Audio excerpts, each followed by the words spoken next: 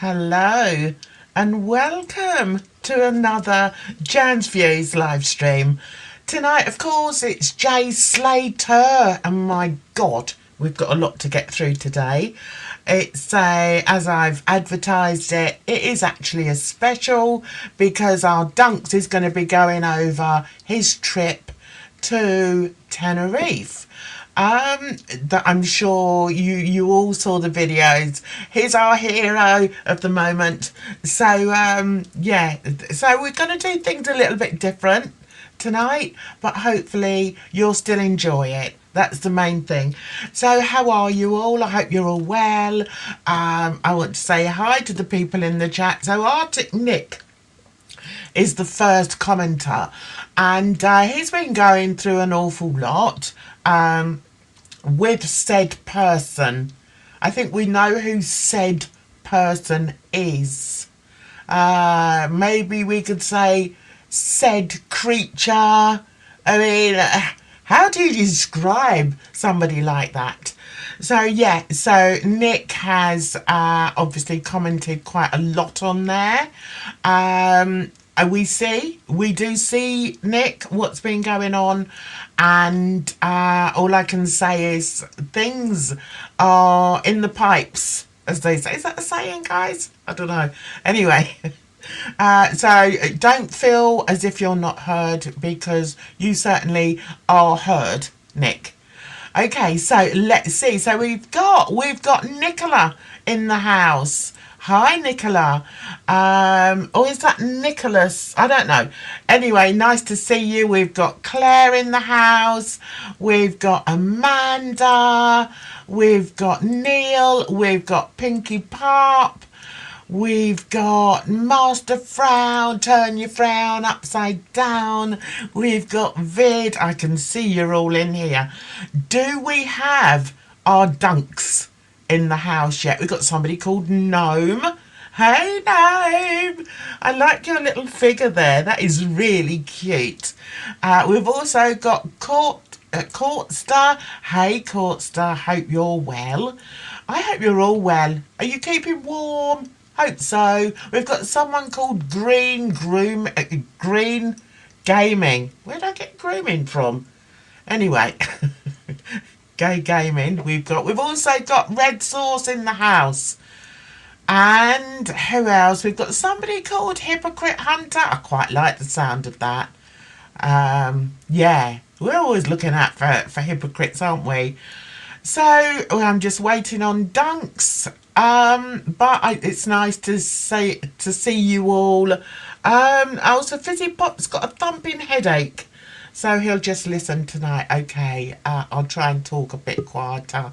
I try not to be as loud as I usually am. So we have somebody in the green room, and I'm just hoping that he's got everything tucked in, because I don't know whether you saw the video he just did, where he had to adjust his attire. He was all over the place, guys. So here we have Dunks. Hey Dunks, how you doing? I am fine, Jan. And this time I did catch what you were saying in the intro. I have changed my attire so that the white t-shirt doesn't need tucking in. Mrs. Smith would be embarrassed to see me going several minutes in a video where one collar is in, one collar is out. I am given specific instructions, like with this sweater, wear a round neck kind of t-shirt. I know all that. It's just I don't remember it. So some things, I can remember, some things I can't. So apologies to viewers who noticed I looked an extra degree scruffy. But on the other hand, scruffy is the word that Accident Group like to pin to me. So anything that antagonizes them a bit, is fine by me. So yeah, sorry, Jan, I was extra scruffy, but like I really care. How are you, Jan? How are you doing? I'm good. I just wanted to take the mickey a bit. Yeah, he was, Claire. He was hanging loose. I know. It just tickled me because I thought, you know, as a woman, we all know that, certain things you try and sort of sort out, especially before you go on camera. So it did make me laugh, but I have to say, Dunks, you were so smooth. Smooth you were. Anyway, so let's get on with this. As I've said, I hope you're all doing well. We've tweaked this a little bit tonight, in as much as we have got questions lined up, but we feel we may not get to them this week, in which case we'll just move on till next week. That's perfectly fine. So Dunks, yeah, and that's another thing. Talking about gobs. Yeah. I'm now being called Gobby. Thanks, Duncan.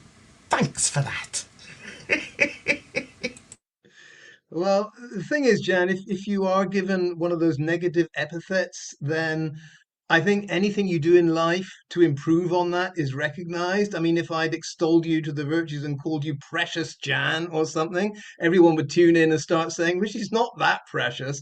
Now I've labeled you as Gobby Jan, they're all going to say, well, she's not that gobby. You're the gobby one, in fact. So you know what I mean, Jan. Having thrown that out there, you can only do better, I think, from now on. I suspect not. I've always been like that. Have you seen the size of this, Dunks? Ah, it's massive. So, yeah, I just go with what the good Lord gave me. And if they want to refer to me as Gobby Jan, okay, you won't be the first people to do it. I can live with it. Anyway, let's get on. Now, I've already sorted this bit out, so I hope Duncan doesn't mind me doing this first, because then we can, he can have the rest of the live to do with whatever he wants to do. But I did a bit of digging and diving. I did my homework last night by Googling J. Slater Memorial. You can all do it.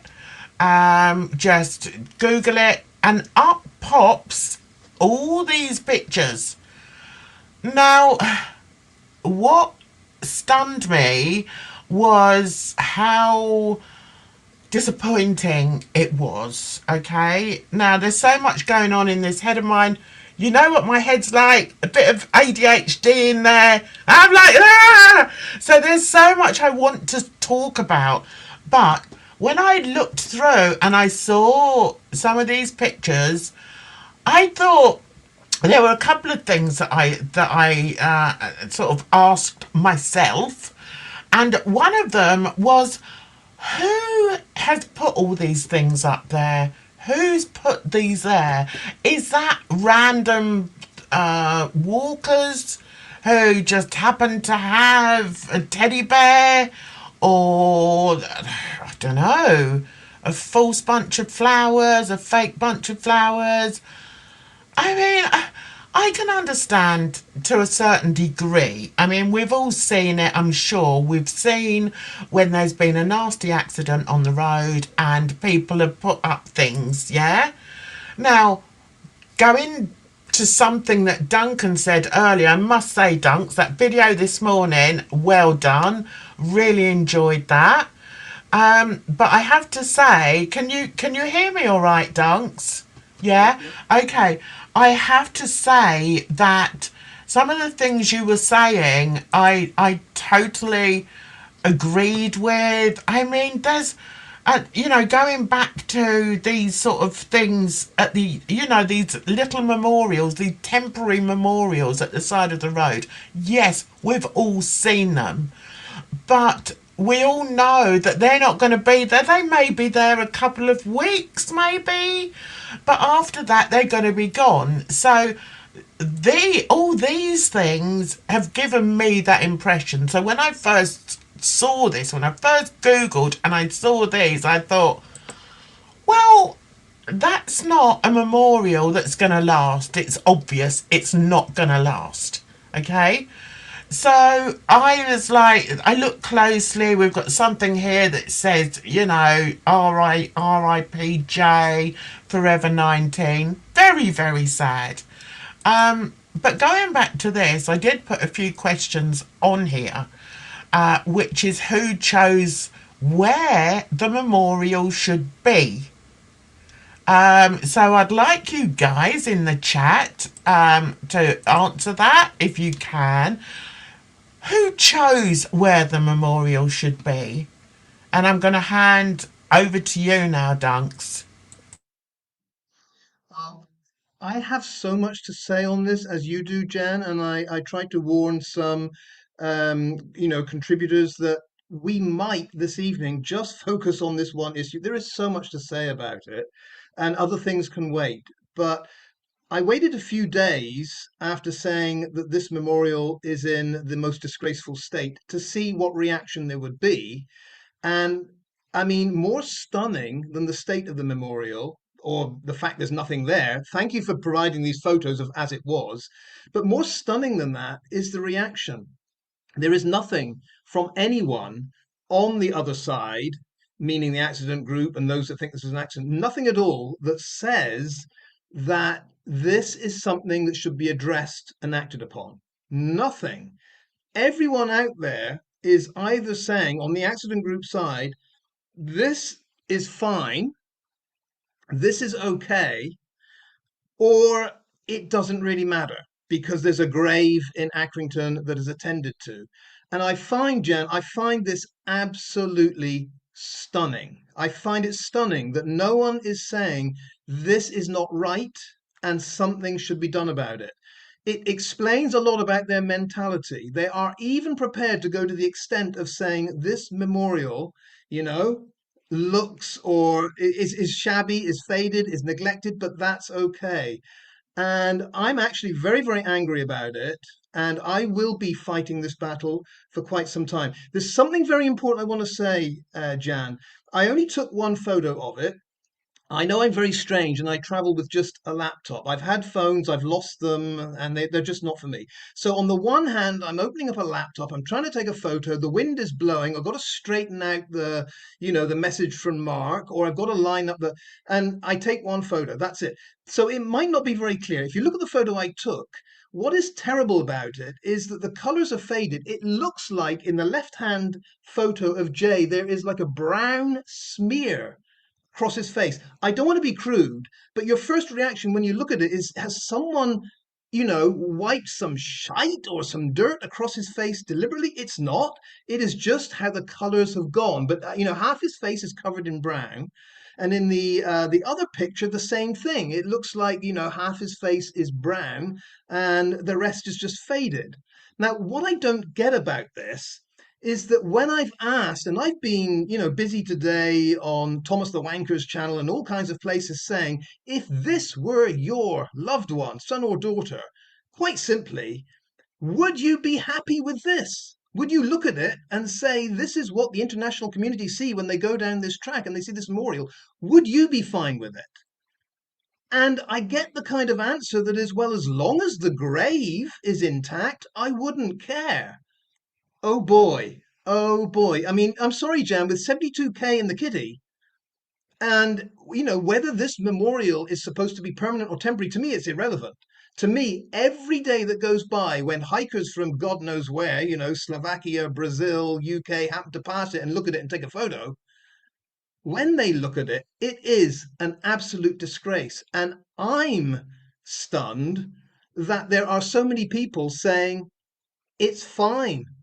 It's okay. It's not a big deal. I just can't understand that, Jan. So that's why I'm in, quite a mood about this. Um, where it is, Jan, I better explain because as you've got on that map there, it's not on the road. Now, this is important because we get a lot of the accident groups saying, well, so many of these memorials are removed. Yes, because it can be a major distraction on a busy road that's narrow and tight, and you don't want people, averting their gaze to that. I get it. Some of these temporary monuments, a lot are not. A lot are not. When you've had someone that's had an accident and they've lost their life on the side of the road, a lot are preserved as they were. The family look after them, and that is effectively permanent. Now, this, I think, is purposefully set off the road. It's on a walking track.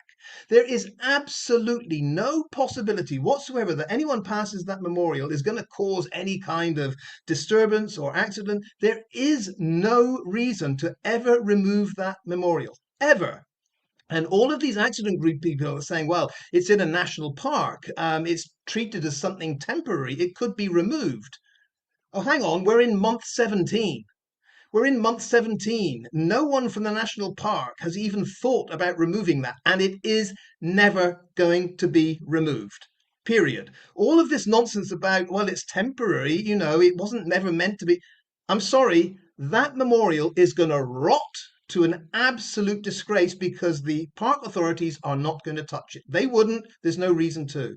And that is why I'm upset, Jan, because that is set deliberately off the road. You've got to walk to it. And so this whole thing, well, it's temporary, things on the side of the road are often removed. No, it's not going to happen. So, all said, Jan, this is an absolute disgrace because I'll just wrap this up with saying when I went there, I imagined, as per the pictures you're showing here, that there would be accompanying the plaque, and it is a memorial. It is a plaque that has been made specifically to honor Jay. It's not just a collection of flowers and cards that, here one day, gone the next. Obviously, this was created to endure. That's the point of it. But it's enduring very badly and looking like shite. And I expected this. I expected in my naivety that there would be people, refreshing the flowers, sending notes and leaving mementos. That's what I expected. And when I saw nothing but, I'll be honest, a shitey, faded, neglected plaque with a handwritten note from Mark, which has survived, in its plastic folder perfectly, I thought, oh boy, this is telling us a story. So my rant over, Jan. I'm going to hand it back to you. But all those pictures you are showing, I think I'm not the only one. I think if you'd said, describe the memorial to Jay, most people would have said there are flowers, there are those vests, there are notes. It's not. And it seems like from Debbie all the way down, sorry to say it, no one seems to care about that. Back to you, Jan. Yeah, it seems somehow, I know for a fact, in our little community that we've got, even, that just come into this live stream now, I know that we all care deeply about this case. It's not something that we do to, earn money off of or just because we got nothing better to talk about. No, I'm going to remember this case for years, and it doesn't matter how many other cases I've covered or I will cover. This Jay Slater case is so heartbreaking because it's become obvious to us all, I think, just how he's been totally disrespected, not only, when he was alive, but also since his death. And it's heartbreaking to see, this. I mean, someone's put a picture there. How long did they think that was going to stay? I mean, for goodness sake, don't they understand that if you leave things in the elements, sooner or later they're going to, wither and get destroyed? It's just insane to me. But while I was doing this yesterday, there were a few things that were coming into my head, and this bit here, I thought, why did they choose to put this? Now, this picture here, I actually took from Google, okay? So if you do Google Jay Slater Memorial, this will come up, okay? And what's amazed me is that somebody has done that, and I've got a feeling it's this guy who, because when you look on Google, it tells you who took the picture, and the guy that took the picture sounds as if he could be, I don't know, East European. It was Victor with a K. something or other. And I thought, as far as I know, he had nothing to do with the case. So you've got this random dude, right, who's taken this picture, as we can in today's world, posted it up onto line and online and put memorial of Jay Slater. I wonder if he hadn't have done that, whether it would be on Google. I don't think it would be. So there's so many questions that need to be answered or that we can ask about just this little picture here.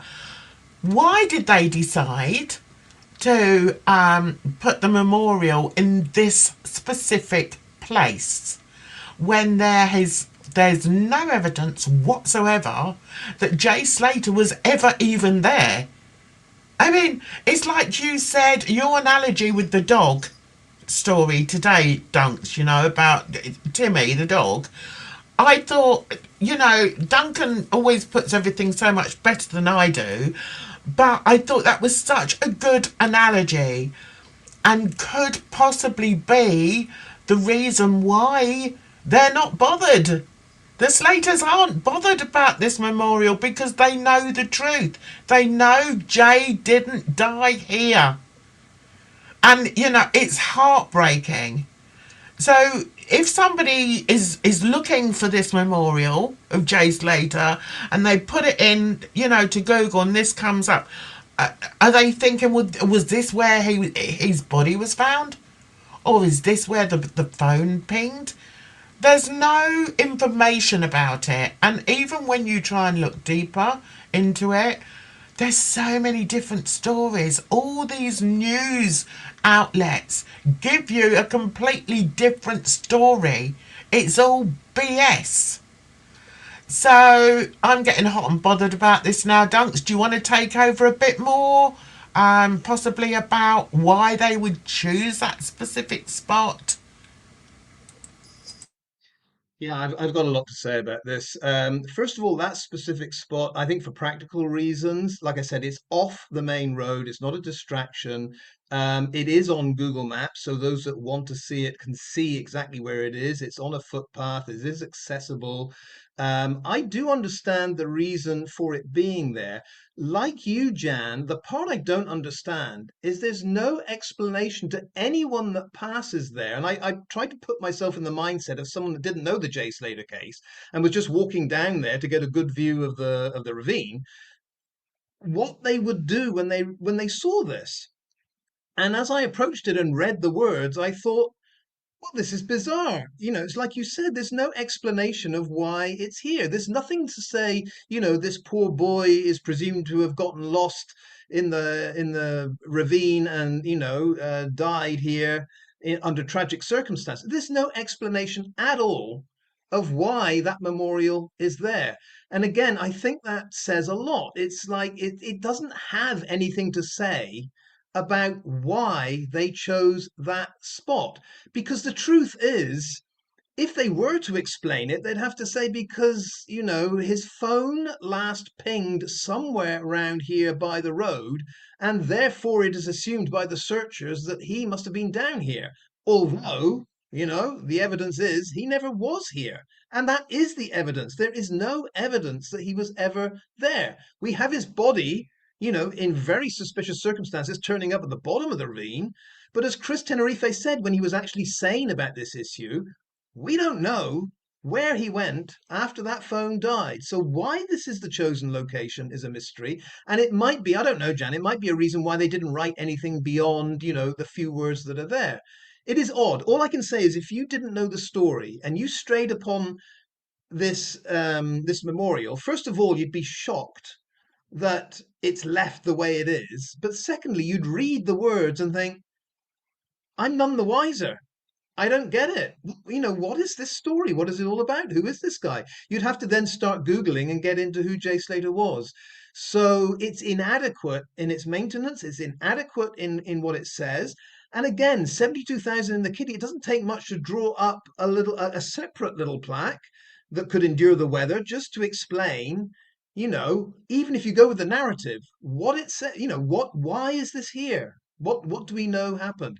It's all very shoddy, shoddy, shoddy, shoddy. There's an important issue, Jen, I've got to address right now. And it's a lot of the other side, I guess from Debbie all the way through the accident group, that don't understand how you and I um, don't respect Jay Slater, and yet we expect a memorial to him to be well maintained. I want to venture down here because I think you and I see eye to eye on this. It is impossible for me to respect Jay Slater from what I know of his life. It wasn't great. He was convicted. As far as I can see, he was a big time narco user. And I suspect he was fine with his criminal friends and probably involved in crime. That's the way I see it. I cannot respect a person like that. There may be 101 good explanations, varying from bad parenting to all kinds of circumstances that explain that. But I cannot respect that person. And so when you get the accident group saying, well, Duncan doesn't respect this guy, he said, vile things about Jay, and now he's all upset about the memorial, that is all true. I don't respect Jay. On the other hand, I can't say I totally disrespect him because I don't know the finer points of his life. He might have been a fun guy to talk to. I suspect he wasn't a nice character, but I don't know. So this is important, Jan. I can't say that I totally disrespect Jay Slater. I can't say that. I didn't know him. But I can certainly say there's nothing that I know about his life that makes me respect him. Of course not. Like most of us, we're in the middle somewhere. However, the point is, if there's a memorial to anyone, especially someone who lost their life in suspicious circumstances where I see criminality involved all the way along the line, it actually doesn't matter that much about the person, in the sense that I would expect the people, the parents, the friends, those that have extolled Jay's virtues to the heights, I would expect them to look after the memorial and make an effort to honor him. It's nothing to do with me. All this accident group saying, well, Duncan doesn't respect him. It's nothing to do with me. I'm just the messenger. I'm just stunned that the people that say he was a wonderful guy can't be bothered to make sure his memorial looks okay. That's the point. But in your case, Jan, correct me if I'm wrong, you do agree with me. There's nothing to respect about Jay Slater. We've got to be honest. But that doesn't mean the memorial should be left to rot. These are two separate questions, aren't they?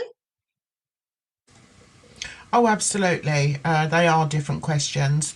I don't know your situation. I don't know whether you're a father or whatever. But as a mother, I can honestly say that no, I can't respect a young boy who chooses that lifestyle. I will, however, say that I have spoken about it in the past, and I quite often talk about my kids and the choices that they've made, and maybe I've just got lucky that I've had 4 kids, 2 boys, 2 girls, who have never ever been in trouble with the law, been in trouble with drugs, been addicted to anything. None of my 4 adult children have gone down that road. Now, I like to think maybe it's got something to do with the way I brought them up. So, whenever I've spoken about Jay Slater, I've always tried to come at it from a mother perspective, not from a teacher or a tutor, because I have worked with boys similar to Jay Slater. And I can say categorically that their problems start with the home. It starts with the family and carries on with the family. Now, I've tried to have this conversation in some of my my videos, and I've been slated for it. Oh, Jan hates this. Jan hates mothers. Jan hates kids. Do you know what I mean? It's such rubbish. In my past, I've worked with children for many, many years. Over 10 years. I've tutored one-on-one with all ages, and I've worked in schools with children with learning difficulties and with behavioural problems. I know what I'm talking about. And I can say it's difficult for me because as a mother, I do have my own, what's the word, rules and expectations. My expectations went out the window when I was working in schools because, what I saw, and particularly with young boys, because I think more so with boys, they feel peer pressure more. They feel, and depending on their friend group, they will act in whatever way that their friends act. And I've seen it. I've seen it for years. I worked in a secondary school for 8 years. I saw them coming in as little year 7, scared out of their heads, finding their little groups, finding people that they, could get on with. And then you always had the groups of boys that were rebels. And then you had the ones that wanted to be rebels. Now, I've said in the past that I believe, just by looking at some of the pictures of Jay Slater, that he wasn't really a leader, in my opinion. And it's my channel, I can give my opinion. I think I've got a good base on which I can give my opinion, or a good basis, because excuse me, not only have I worked with children, I've had 4 of my own. I've got 4 grandchildren. Now, if any of the accident group want to come and say to me, Jane, you haven't got a clue what you're talking about when it comes to bringing up kids, I'm sorry, but I do. I know what I'm talking about. And coming back to Jay, I remember one specific video where I spoke about the importance of having good family values, the importance of being told when you're a 3-year-old boy, no, darling, you can't do that. Do not do that again. If you do that, then there are consequences. It really is as easy as that. Okay? Now, what you find with some kids, their parents, they don't set them boundaries. They don't give them a good foundation on which to build their lives, themselves, into good members of society. Do I believe that Jay Slater was a good member, a good, decent member of our society? No, I don't. Do I fully put all the blame on him? No, I don't. And the more that we look at this case, Dunks, the more it's becoming obvious the type of family that boy was brought up in. And it breaks my heart, because I have spoken to boys like Jay when they were 14, 15, 16, who have, I've had boys say to me, oh, I'm never going to do well at school, miss, because my mum keeps saying I'm stupid. I shouldn't be even bothering and blah. And I was horrified. The first time a boy said that to me, I was like, what? Your actual mother has told you that? So, yeah, I have to be careful, because I do get quite emotional, passionate about this. And when I first started saying that I believe that Jay's upbringing has led him, or has enabled him to take this path in life, I truly believe that 100%. And no, I can't respect it. I do not respect it. I do not respect his family. I do not respect those lacking in parenting skills. Now, I'm not saying I'm the best parent that ever walked this earth. I know I'm not. But I try my damnedest. And I have tried bringing them up as kids. I had 3 under 7, and not one of them has gone off and started, doing this, doing that, and causing all sorts of problems. Jay, apparently, something happened to him when he was 12. Where were his parents then? Where were they? So, yeah, I am with agreement. Coming right back to what you said, Dunks, I am in agreement with you. Don't ever think that, well, it doesn't matter. We can agree to disagree, but I am in agreement with you. But I'm also very aware of the family dynamics more. I look at the family dynamics, and to see this is heartbreaking. It's absolutely heartbreaking. Jesus, I can't. Yeah, it's just awful. I'm going to look at the chat in a minute, but I just needed to get this out of my system because it does Yep, upset me.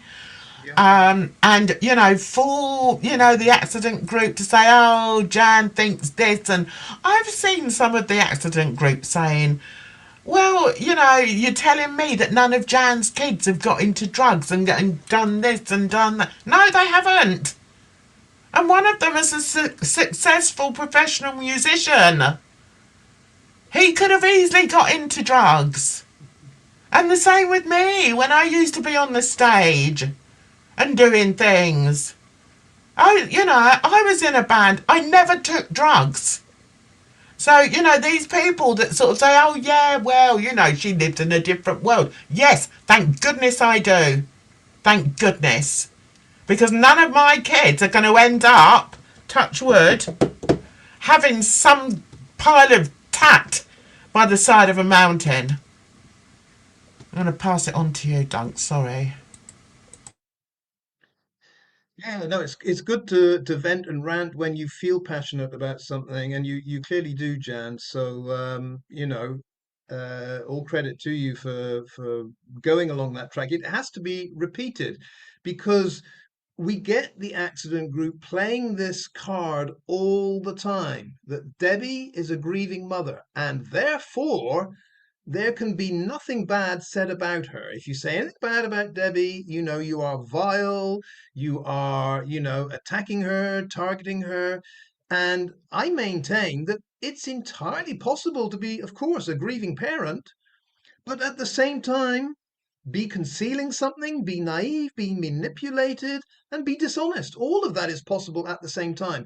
I just want to mention one very important factor that I think a lot of people have forgotten, and that is when the language analyst, Peter Hyatt, talked about Debbie, he talked about Lucy, and everyone focused on that, about how that GoFundMe language was very deceptive and to him, did not ring of the truth. But before all that, he talked about Debbie Duncan, and he said he saw a woman that felt very guilty.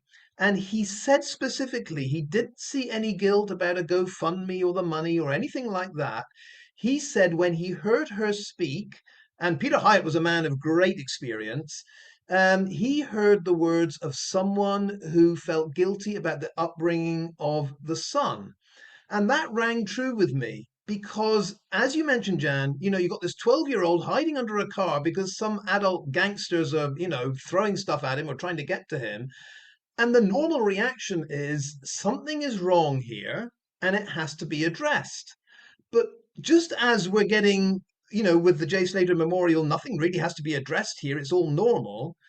Debbie went down, it seems to me, that track of saying, well, shrugging shoulders. I don't know what it was about. He was a good boy and all the rest of it. It is denial. It's denial, denial, denial until it gets to the point where, Jay is involved with what he's involved with and he loses his life, I would say, at the hands of some very bad people. To me, that is self evident. But if you put that out there, you're a vile troll. And this is why you and I, Jan, and many others are fighting this whole Jay's Law thing, because to me, it's just an attempt to silence those that say this isn't right. There's something missing here. It's a mother, as Peter Hyatt said, with you know a guilt complex, but at the same time, we're not getting the truth. So that's all I wanted to add is that, for I think for the longest time, Debbie's been doing this, and this whole thing about, oh well, my son, I took him to the police station to make a witness statement, and he was on the fringe, he wasn't involved. Well, judge and jury said differently, and there were many witnesses, not just one, there were many witnesses that said Jay Slater was one of those attacking Tom Hilton. We don't know if he was the guy with the axe, the machete, the golf club. We don't know if Jay was involved with the dealing of the Class A drugs and the witness intimidation. We don't know any of that. I suspect because of their ages, that wasn't divulged.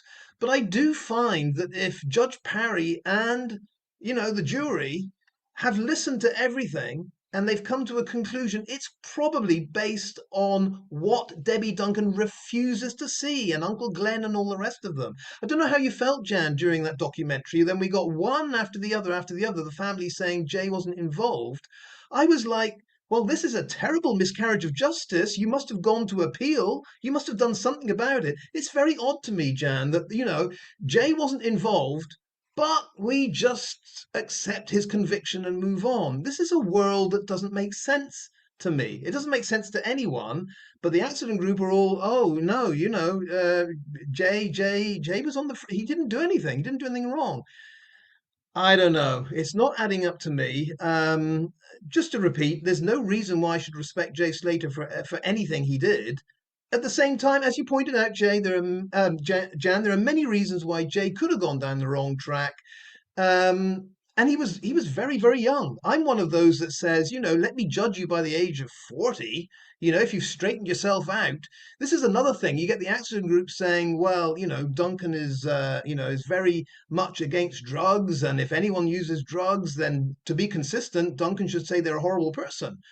Not at all. I'm libertarian. If you're in your own back room doing drugs and it doesn't affect anyone else, I don't care.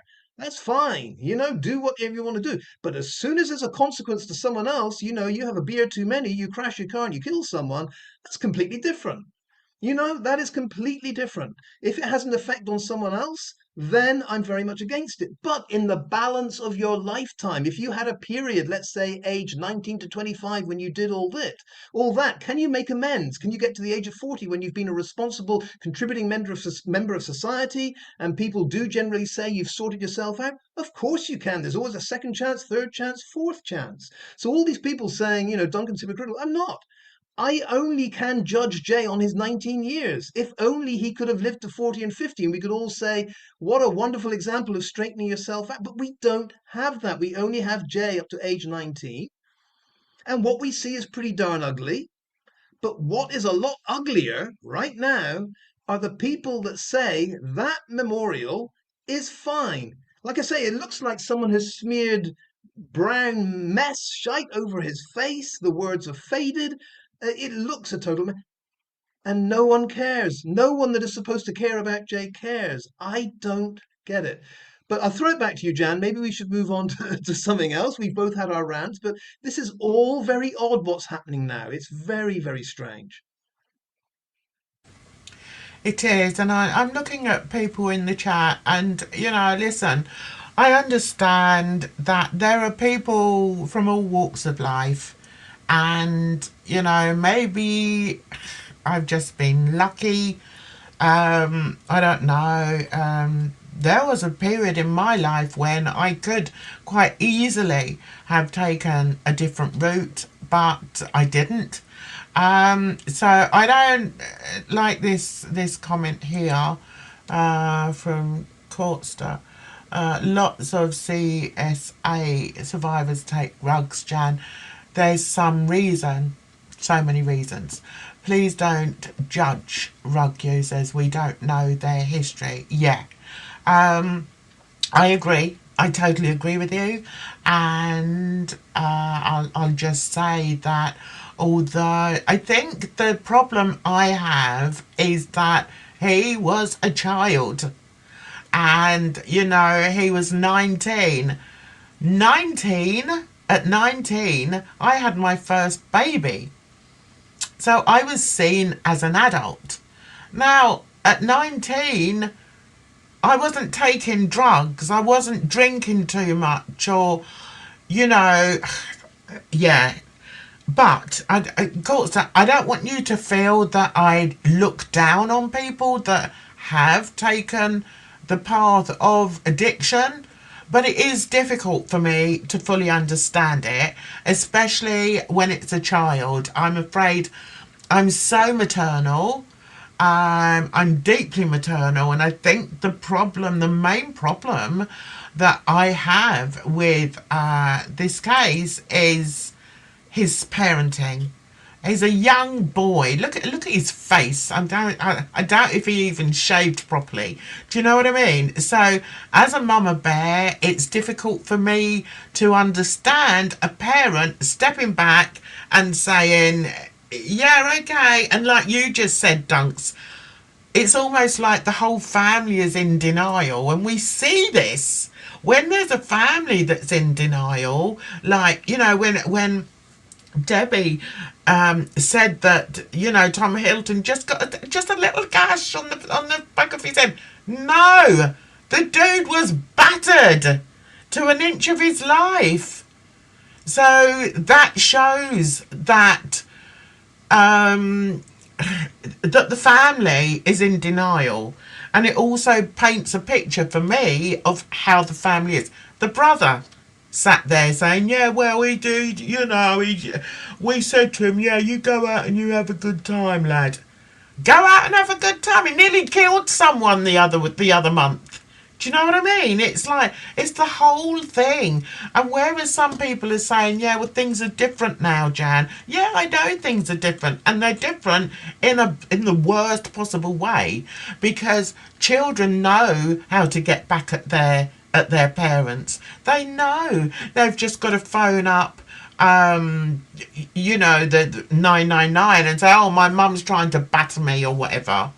I know all that. That's a societal situation that is grave. It's awful, but it's something that has been happening over the last, I don't know, couple of decades. It's nothing new, but I think with the onset of social media, it's something that is more prominent because everything is so much more accessible. We don't have to leave our homes if we don't want to. If we want to go shopping, we just go onto Amazon, get something in, or we can, get food delivered. Everything is on our phone, and the kids have everything on their phones as well. So yeah, I think it's more a case of just bad parenting. I do believe that. I'm sorry, Courtstar. I know that you're trying to speak to me. I did look back on what you'd said, but I wasn't able to see the questions. There is so much more that is hidden of what Jay went through, which maybe affected his behaviour. Yeah, he's no angel, but we need to keep an open mind, in my opinion. I agree with you, Courtstar. I do agree with you. I worked with, so many of these kids. But what's nice is seeing that, so many of them have done all right for themselves now. You know, yeah, a lot of the girls end up pregnant really early. And I saw one of my ex pupils a while back who had like 2 babies. I was like, "You all right there?" But yeah, a lot of it is down to a lot of it is down to parenting and societal pressures as well. So getting back to this, this sad depiction of a memorial, I thought, why? I can't understand. All right, everyone knows I'm an artist, right? I used to paint stones. I haven't done it for a while, but I paint stones. Now, I thought to myself, why couldn't Debbie, with her 75 brand, have got in touch with a local artist? I'm sure a local artist would have done it. See this one here? That's a big piece of slate. Okay? Why couldn't, and so is the one on the right hand side. Why couldn't Debbie have got a local artist to paint on a slate. Maybe even depicted a picture of his home in Oswald Twistle. Or, he was into his football, maybe do it in the flag, the colours of the football team, anything, right? And then put Rest in Peace Jay on it. That would last for years. My stones last for years. You cover them in inches of yacht varnish and they are weatherproof. So these ones, this one here and the one on the right hand side, they're slate. They're not expensive. They're not expensive to buy. That to me would have been a better memorial than than this, than this, than this. Have a stone. Paint a stone for the guy. I've done terracotta pots. Now, the only thing with terracotta is it doesn't last that long. And eventually, the weather does get to it and it cracks and everything. But stones last forever. Why is there not, even if there was like a nice pile, maybe they're not creative. I don't know. But why could they not have thought of something like that? That's what I would have done. My God, if my son was over there, I'd have got the biggest bit of slate I was allowed to put down there, and I would have painted something on there, something that they loved. And so that people, when they looked at it, could say, oh yeah, that was that poor English boy who went missing. That's what I'd do. What do you think, Dunks? Yeah, no, I've got to say something here. That's the other thing about this memorial. You've got that plaque, and there's nothing else there. It is total lack of imagination. And of all the things they could have added to it, very, very simply, as you said, as was featured in the documentary, what does it take to have, if it's a stone, if it's just an enduring picture of Jay playing football, picture of Jay working as a bricklayer, picture of Jay at a festival, picture. There is nothing like that there. It's almost like you gave an assignment to someone and said, try your best to create in this space a worthy memorial to someone you know. And the best that they can come up with is, okay, a photo of Jay that now is smeared with brown stuff across his face. And it seems like the same words that, Chris Pennington is holding up with that leering face of his saying, look at me, I've got a plaque. It is not only lack of imagination. I'm sorry, Jan, in my book, it is a total lack of thought and respect. It's like whatever will do.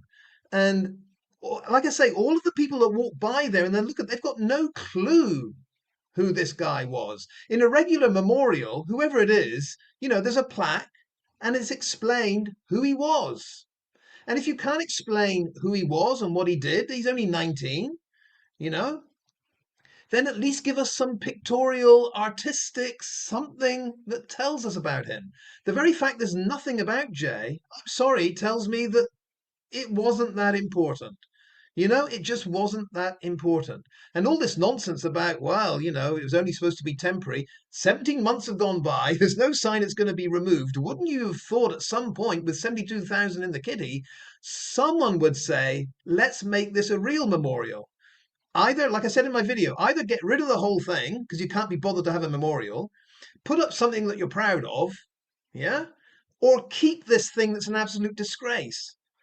And bizarrely, it seems like everyone that claims to respect Jay, love Jay, want Jay's memory to survive, have chosen option three. They've gone for option three. Let this thing rot to hell so everyone that walks by it is scratching their head saying, who the hell was this guy? That's what they think is a good idea. It really is very, very telling. And again, I'm getting quite angry about this because we're being lied to. We're being told by people that that memorial is fine, and it clearly isn't. It clearly isn't. I just want to go back to the whole parenting issue. We've got to remember that Andy Watson, Jay's stepfather, made it very clear that Jay wasn't particularly keen to go there.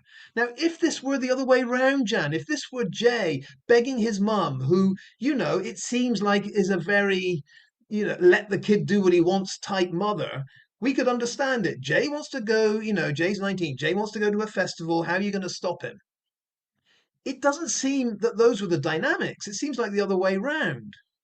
And I think your point about parenting, Jan, it's, I don't want to fall out with Courtster about this, but, Courtster saying we don't know the reasons why people take drugs. Okay, I get that. We're not really questioning Jay. We're questioning Debbie and Warren. We're questioning them.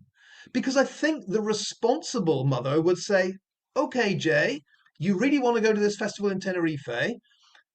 What is Lucy up to these days? What's her job? What's her business? What's her background? How does she make a living? Ditto Brandon. Ditto Brad. You're going to go over with Brad. What's he up to these days? You see, it's all very well saying you can't blame Jay, people take drugs. That's how it is these days. Okay, we get that. But the responsible mother and the responsible father say, hang on a second, you don't seem to really want to go. And these people you're going with, we don't really know. And yet, we really want you to go. The community order isn't served. You might get in big trouble for that, son. But we really want you to go. This is the bit, Jan, that we don't get, right? Yeah, I've spoken about that in the past as well. We've got quite a lot of chatting going on in the in the chat. Great. We see we've got Habit is in there. Habit. Nice to see you. With all due respect, Jan, you will need to get a better format for these live shows. Why don't you get more guests on and ditch question corner? Habit. The problem with that, as I see it, I am not adverse to having anyone come up and chat. We've said it right from the very beginning. I think this is our 8th or 9th live, and we've said all along we're quite happy to have people on to discuss it. The problem is there are people that are frightened, and I say quite literally frightened, to come up and talk about this case because of the antics, the vile antics of the AG group. So that is an issue that we have. Both Duncan and myself, I couldn't give a toss. Threaten me as much as you like. Okay? I've got something to say, I will say it. And it's the same with Duncan. Now, there's people in the chat that I know would like to come up, but they don't want all their business spread all over the internet because they've come up and shown support for Duncan and myself. So that's an issue. That's an issue that we've had to deal with and are still dealing with it. I will, however, say if anyone does want to come up incognito, we can work around that. As long as I can confirm who you are and Duncan can confirm who you are, you can come up with a little emoji or whatever, PF, whatever it's called, and have your say. So yeah, whilst in an ideal world, we'd be able to do that. But unfortunately, it's not really possible until we can, sort out this accident group and their vileness. And we've got Canadian Landscapes is telling me stones fade and stain too. Let me tell you, I use acrylic paints. There are other paints you can use. You can use like graffiti artists use. The sprays, the aerosol cans. You can do artwork with that, which again will not fade. I could take you round my garden and show you stones that I painted years ago. It's all about what you use as a base, then the medium you use to paint with, and then how you seal the artwork. Trust me, yeah. I know what I'm talking about. Um, so hang on a minute. Let's see. Jay put Tenerife on the map with the love and respect we had for him. He deserves a beautiful memorial into a place where he can be honoured forever, a place for the world to share. Exactly. And I think, as Duncan said, there's nothing about these pictures that show you who he was. And, you don't have to have, a big sort of sign saying, oh, well, we think he fell off the cliff, but there are people that don't agree. We don't need all that. Just something that will last, that pays homage to this young man's life. For what it was, whether myself and Duncan or any of you disagree with his life past or his life path, he was a young guy. He had his whole life ahead of him. And yeah, I think he should be honoured in a much more respectful way. I don't see this as being respectful. And I want to jump onto this because I found this interesting. Something else I also discovered was this, that somebody on Facebook had made some memory cushions that Debbie had asked for. I don't know if you can see them very well. They're over here on the right hand side. Now, they apparently are his old tops, his Nike tops, and there's a Boss one. So this woman has called, the page is called Handmade with Love, Oswald Twistle, and she looks as if she's quite successful actually, and good for her, you know. But I have to ask. One, these don't even look worn. They look as if they're brand new. Beside the point, okay? It's the thought. What do you guys think of this? Because she got an awful lot of backlash about this and many, many negative comments. So she's put here, all of my work touches my heart, but I must admit this one really touched me. I was honoured to be asked by Jay's mum to make these cushions using his favourite clothes. I hope they bring comfort to each person receiving them. What? Anyway, each one had a personal memory patch added. Thank you so much, Debbie, for entrusting me to make these for you. Sending so much love.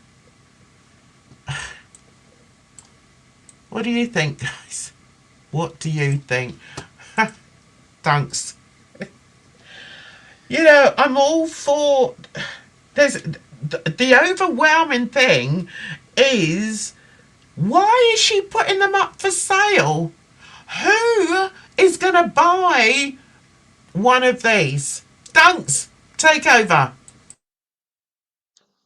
Yeah, at the time, I thought this was weird as hell. I mean, I just can't imagine the scenario. You invite a friend around, they settle down on your, sofa, and they're kind of propped up on this cushion, and you say, "Oh, by the way, do you like that cushion?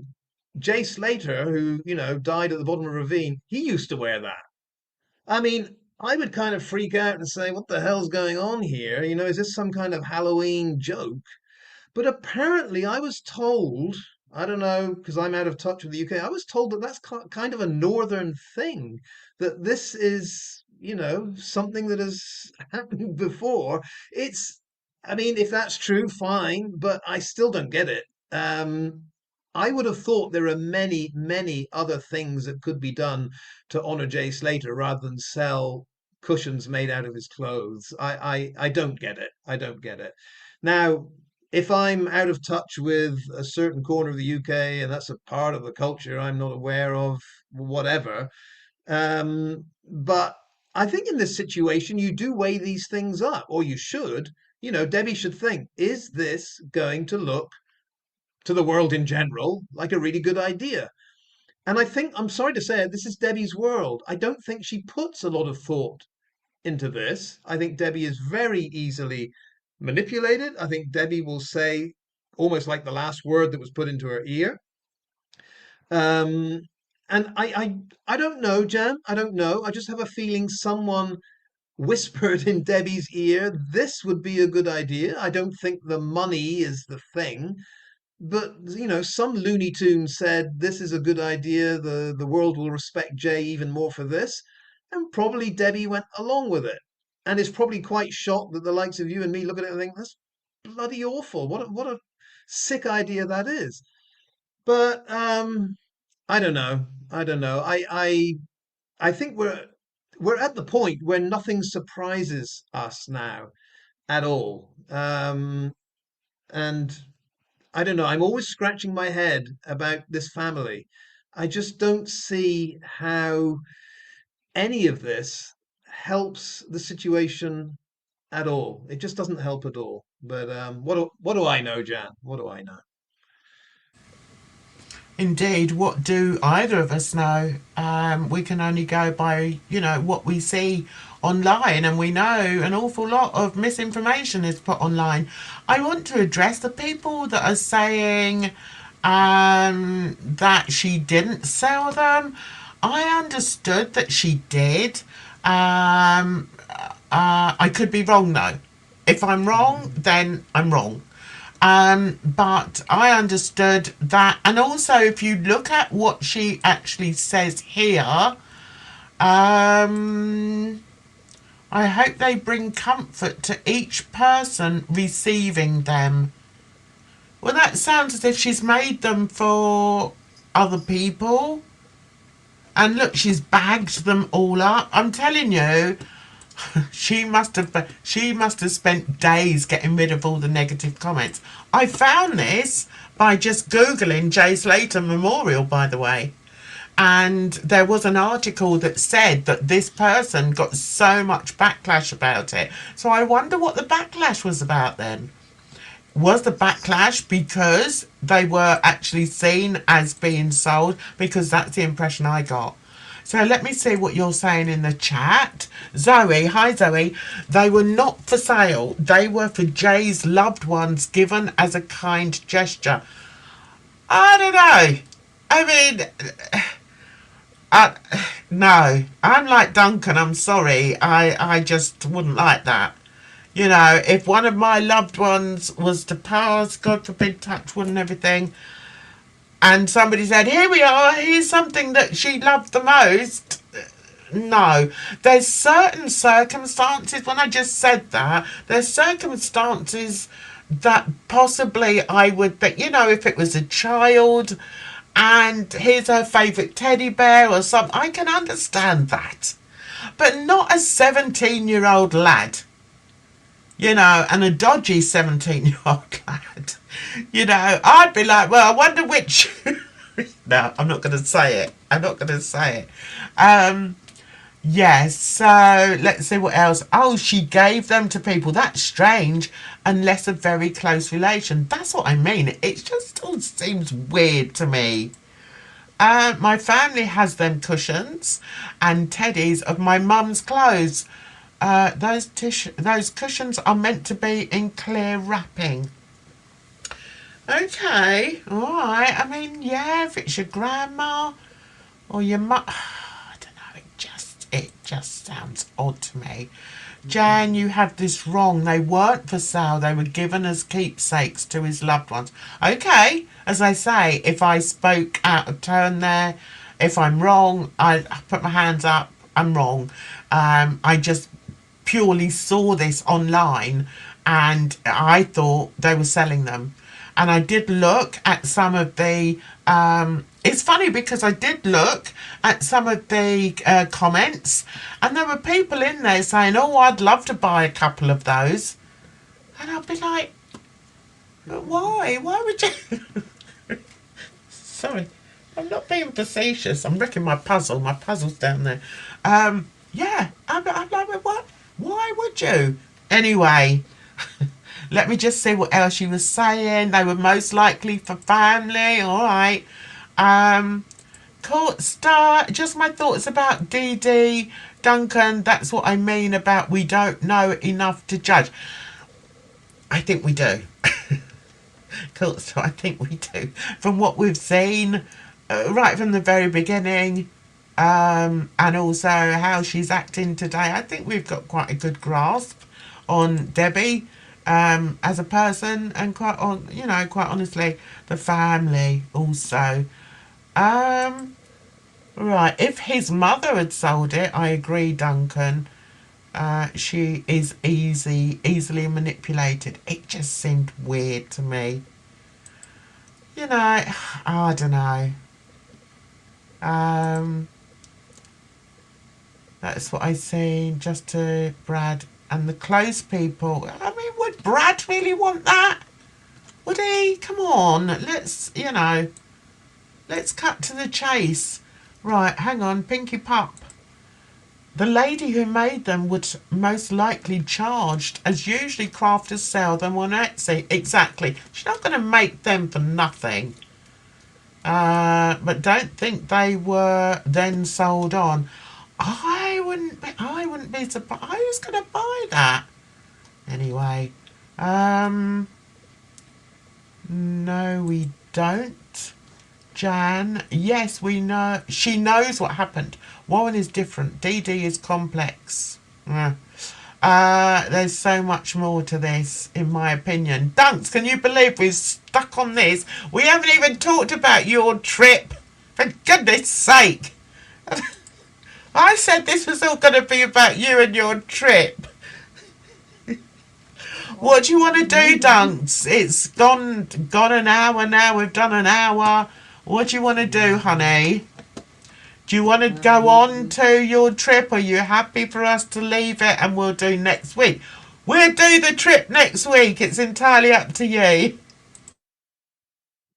Jan, it may be the case may be that I covered the trip and there aren't many questions. That's also fine. If there are any questions next week, we can field them. And I haven't actually finished because the part I haven't done yet is had many conversations with my man on the ground over there, Noah, who gave me some insights into Tenerife society and what have you. So I've got one or two more videos to do on that. But I might have covered it and there aren't many questions, which is also fine. I don't think, Jan, this is idle talk here because I'd actually forgotten about those, crafted items of Jay's clothing.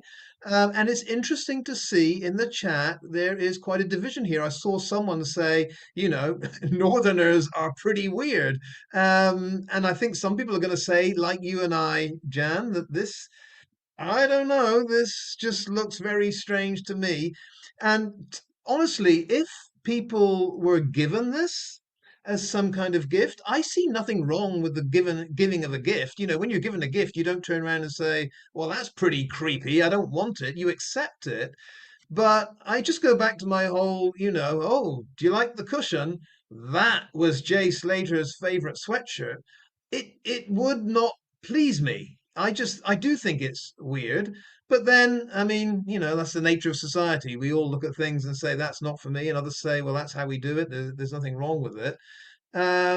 Yeah, I just think of all the things, honestly, of all the things that Debbie should be focused on, like why Jay's three best friends all knew exactly where he was, and not one of them even thought of going there to help him out.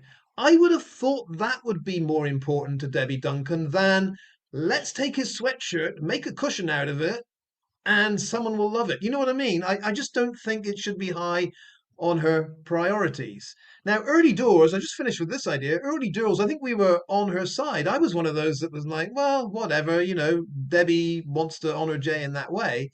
But as time has gone on, it just makes me think that Debbie isn't very clued in to what should be done in this situation. Early on gave her some credit, but as we look back, I'm like, how could that have been in your head when, the burning question surely is, how did Jay get left, effectively left to die where he supposedly died? And his three best friends are all shrugging their shoulders, saying, "Well, I don't know. I guess the police should have found him or something." This is the odd thing to me. Um, Too many things that Debbie did do and didn't do just bother me. The whole cushion thing is just weird. Doesn't bother me that much, but it's odd that that would ever be a priority to me. To me. We seem to have some discourse. We've got some discourse in the comment section, Dunks. What are we gonna do? We've got Habit. Hang on, where is he? Right, okay. Habit. It says have you been hacked, lad? Done an hour of what? Spoke nout about spoke about nothing to do with the case? Come on, guys, you could do a lot better. I mean, guys in the chat, what do you think? Do you think we've just spoken nothing about the case? Didn't we just have a whole show of. We were actually focused on the memorial today, Habit. I'm sorry if you feel that we've not spoken about the case. I don't know what to say. Honestly, do not know what to say to you. I'm sorry. If you would like to come up and speak more about it, then that's fine. Come on up. Have your bit. But yeah, I mean, it's difficult to cover everything about the case. We try and sort of plan in a very sort of uh, rough idea of what we're going to be talking about. Yes, tonight I thought we'd be talking more about Duncan's trip. We weren't able to do that because we got stuck into this about the memorial, and I think that memorial is an important part of the case. So we've got Bonnie here, okay, but the memorial isn't about the case. Oh, okay. It's more about the family and how northern they are. Do you think the way the family are has got anything to do with them being northern? Because I hadn't even thought about that. I don't think it has. Do you know my mother was northern?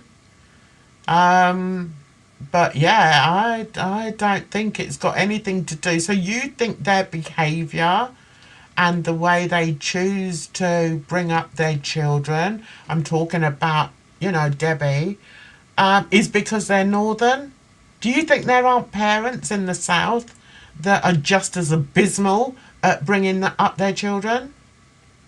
I'm interested. Okay, all right. I'm going to take this. Let me get rid of that for now. Right, Jerry says, I think you've hurt people, Jan. Lots have lost loved ones and made keepsakes, and you're calling it weird. Can you just acknowledge that? Yeah, of course I can acknowledge it. I know that there are Etsy shops and other places, Amazon, that do keepsakes.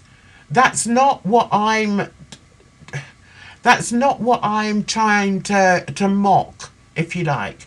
What I'm trying to say is, I found it interesting that there was somebody from Oswald Twistle who had made these cushions, if you like, out of, Jay's old clothing and was selling them. Maybe she wasn't selling them, but I just thought that seemed odd under the circumstances, and I was wondering who would want those tops, who would want those cushions, because I cannot understand.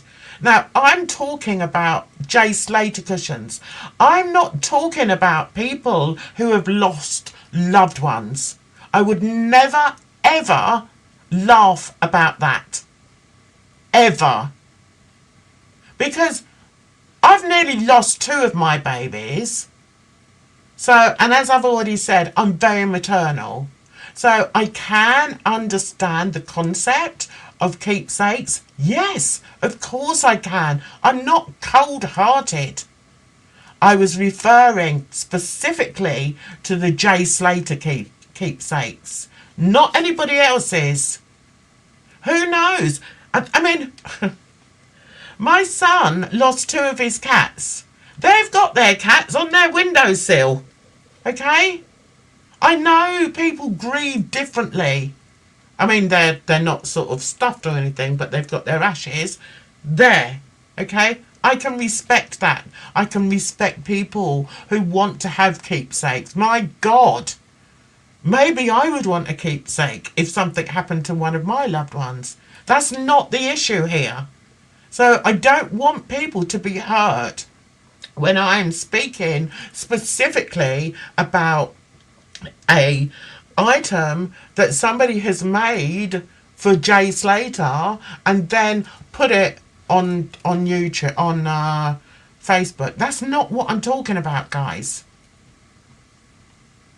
Um, right. So we go. Dunks, do you want to jump in a second? Oh, yes, I do want to jump in. I'm going to disagree with Bonnie on two fronts here. Number one, given that Debbie Duncan has not said a word for month after month after month after month while we were all speculating on what really happened to Jay, she was totally silent. And given that all of a sudden she wants to press Jay's law, I think every single decision that Debbie Duncan makes and doesn't make, every word she says, everything she puts out there and doesn't put out there, needs to be scrutinized because there is no investigation of this woman. No one is giving her any tough questions. It's softball after softball after softball interview. I'm sorry, Bonnie, but every single decision this woman makes, and this is a prime example, she was focused at some point on making cushions of Jay's sweatshirt. And people think that should be her priority. There's nothing to see here. I'm sorry, Bonnie. Everything this woman does is either slightly off, very off, or needs to be analyzed because this ain't normal. And on the whole northern southern thing, of course, there are bizarre things southern people do. And of course, they demand to be put under a microscope. But to say, well, you're rabbiting on and this has nothing to do with the case, in the absence of anyone actually trying to find out what Debbie Duncan knew and didn't know, everything she decides, to me, is of great relevance. So I'm sorry, Jan, I'm making no apologies for this. Maybe tonight's live did not go the way that some people want. So friggin' what? That's life. You're not going to be entertained for free every bloody week. But Bonnie, this to me is important. I would love to get inside the mind of a mother that says, hey everyone, here's a cushion made of Jay's sweatshirt. Isn't that something you'd like? Oh, but on the other hand, I really don't give a monkey's backside who these people, were that Jay spent his final night with. I'm sorry, this is just as important as any other aspect of trying to find out what went on in this case. The second point I want to make is that in the background to all this, there's a whole series of events that we don't understand and we don't know about. And all we're left with is trying to get into the mind of the people that are involved. That's all we're trying to do. And you never know where anything leads. To me, it's weird behavior. To Jan, it's weird behavior. And if that is explicable, that's fine. But unless you examine it, you don't know. I'll say one more time, I make no apologies for looking at stuff that doesn't lead anywhere. The only apology I would make is looking at something, saying it doesn't matter, it's not important, let's ignore it. And then lo and behold, further along the line, suddenly something pops up and you think, well, we should have looked at that. What is going on with this woman that for months was silent, and then all of a sudden she pops up saying, hey, if you want to buy, Jay's sweatshirt that's made into a cushion, this is a really good idea. I'm sorry, Jan, I'm making no apologies for that. It's weird. To me, it's weird. It's strange. And to think that that is this woman's priority, I don't get it. There's something very off about it. There we go. Yeah, and I mean, and the beauty of doing a live stream is that we can address some of the comments that you've put, and I'm quite happy to do so, and I know Duncan is as well. Yeah, so it seems that that wasn't Habit. I thought that was a bit odd. So he was just there to sort of, this person, whoever it was there just to sort of stir us up a bit. Okay, I've read somewhere that somebody had these things made. I'm so sorry, genuinely, that you've lost somebody. I can't explain anymore that I understand that some people may find that, cushions made out of favourite clothes or whatever are a comfort to them. I can understand that. What I'm actually talking about is the Jay Slater case. And it just seems weird to me that okay, tell me, put it down in the comment section, who would want one of these? Tell me. Random people in Oswald Twiddle? Tom Hilton, who almost got his brains bashed out? Just tell me. Tell me who would want them. I am not speaking personally about KC Travels. Trust me, I am not. Okay? I don't know how to. I'm not going to spend the rest of the live stream apologising to you because I've told you time and time again. Yes, I did think the woman was selling them, and I've also said if I was wrong, I apologise. What else do you want me to say? Okay, we got Arctic Nick in the house. Is this the real one? We don't know. You mocked my Scottish accent, Jan, a few weeks ago. Can we delete this thing permanently? And all other trolls? If only, dunks. If only we had a button we could go, and that's the end of the trolls. It's not going to happen, is it? We just have to live with them. Okay, so somebody has said it's not nice for you to be picked up wrong. It's okay, Jan. You do a great job, both of you. Thank you. Thank you, Kerry.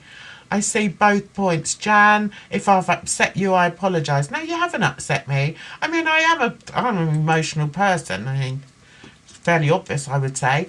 But no, you haven't upset me. I mean, people do pick up things the wrong way.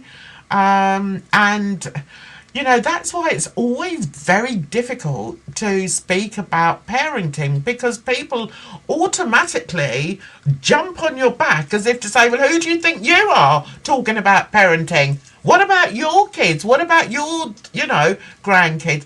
That's what people do. Okay. Yeah. Let me see. Okay, Dunks, over to you, love. I think this is blown out of all proportion. To be honest, to me, it's not a massive point whether the things were sold or not. And it's not a massive point that some people like this idea or not. To me, what is really important here is Debbie Duncan wakes up of a morning and she looks at her to-do list. And her to-do list, her priority list, is call Ayub Kasim to find out what the hell happened during that hour Jay was there. No, that's not number one.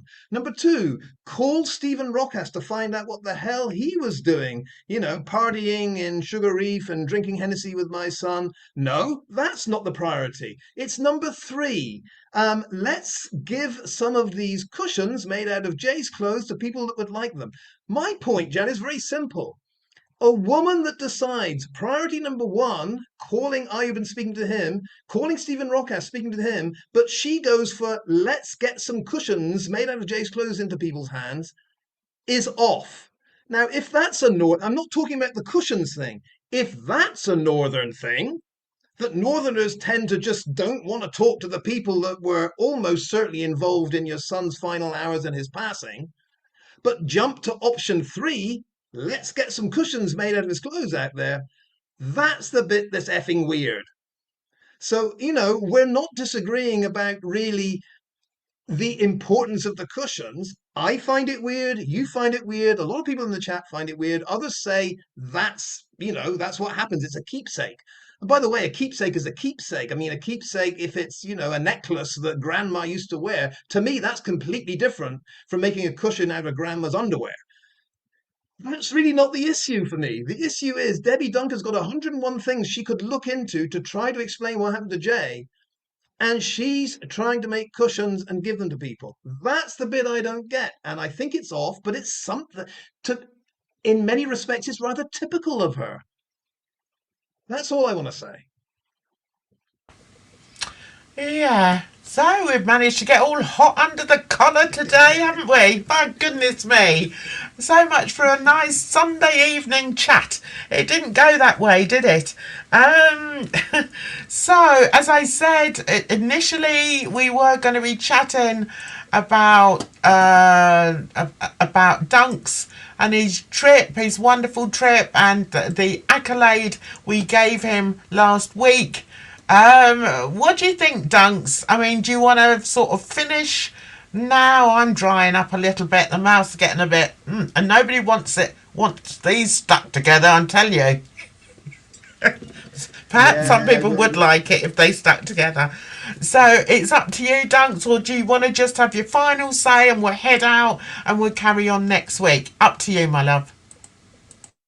yeah, I would like to finish off and say a few things. And next week and the week after, I mean, we talked.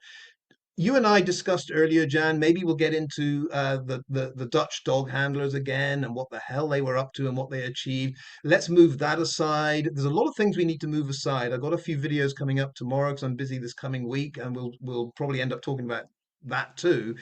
But I do find it fascinating the reaction to my trip to Tenerife. It is interesting to see what people are saying on both sides, and I haven't finished roasting the searchers for what they didn't do. That's all up and coming.